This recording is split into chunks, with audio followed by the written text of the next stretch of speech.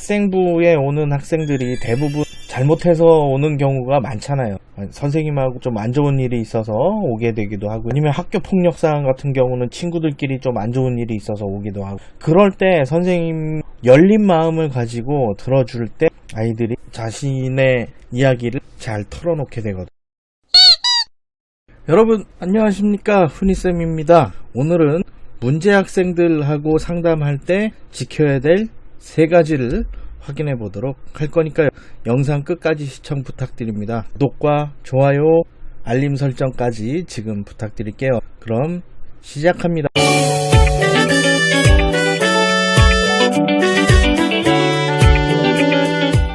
문제 학생들하고 마주치는 경우가 많습니다. 이때 어떻게 상담을 진행해야 하는지 지금부터 알아보도록 하겠습니다. 학생들이 학생부에 와서 굉장히 감정적으로 행동하기도 해요. 이때 어떻게 대처할 것인지 그런 것들도 좀 생각을 해야 되고, 이 잘못된 점을 어떤 방식으로 알려주는 게 학생들한테 정확히 전달이 될지 고민을 해보셔야 될 거예요. 첫 번째 단계는 아이 컨택, 눈높이를 맞춰서 소통하는 방법.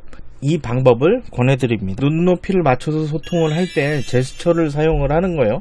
상황에 맞게 여러가지 제스처를 사용을 할 수 있죠. 그러니까 나의 감정을 전달하는 데 있어서 약간의 변화를 주었을 때 주의 집중을 하는데 굉장히 유용하게 쓰일 수 있거든요. 그래서 눈높이를 맞추고 아이 컨택을 하게 되면 저 사람이 어떤 생각으로 나한테 다가오는지 그런 것들에 대해서 또 생각을 할 수가 있게 되고요. 아이 컨택과 제스처를 사용한 이런 방식, 굉장히 간단한 것 같지만 학생하고 소통할 때 유용하게 사용하게 됩니다. 두 번째는 문제 행동을 인지할 수 있도록 정확하게 안내해야 됩니다. 이 생활지도 할 때 정확한 용어를 사용하지 않는 경우에 잘못한 것이 무엇인지도 인지하지 못할 뿐더러 오히려 학생한테 자극을 해서 반발심만 가지게 하는 그런 결과를 가질 수 있어요. 잘 모르고 행동한 건지 또 일부러 한 건지 그런 것들을 명확하게 파악을 해서 잘못한 것을 인지할 수 있게 정확히 알려줘야 돼요.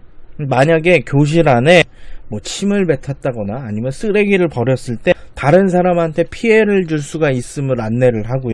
다른 사람을 도와주고 같이 더불어 살아가는 사회의 일원으로서 학생 성장할 수 있도록 이타성을 알려주는 것도 중요하다고 생각이 됩니다. 세 번째는 문제 행동을 교정할 때 단호하게 이야기를 하셔야 해요. 학생들의 갈등 관계를 조정할 때가 있을 것이고요. 피해를 주는 경우가 있을 수도 있어요. 이때 학생의 의견을 좀 많이 들어주는데 왜 그런 행동을 했는지 파악을 해서 그 내용에서 잘못한 부분에 대해서는 명확하게 전달해주고 단호하게 이야기를 해주셔야 됩니다. 이 잘못한 부분에 대해서 이야기를 할 때 오히려 말을 많이 하는 것보다는 좀 적게 하는 게 중요하고, 적게 하면서 명확하게 이 부분은 잘못됐다 라고 하는 내용을 알아들을 수 있게 이야기를 하시면 돼요. 학생들하고 상담을 하는 과정에서도 슬로우 빠르게 갈 수 있는 부분은 빠르게, 또 임팩트 있는 부분은 임팩트 있게, 자극을 줄 수 있는 부분은 또 주면서 그렇게 소통을 하는 것이 학생들하고 눈높이를 맞추고 상담하는 과정에서 굉장히 중요합니다. 학생부에 오는 학생들이 대부분 잘못해서 오는 경우가 많잖아요.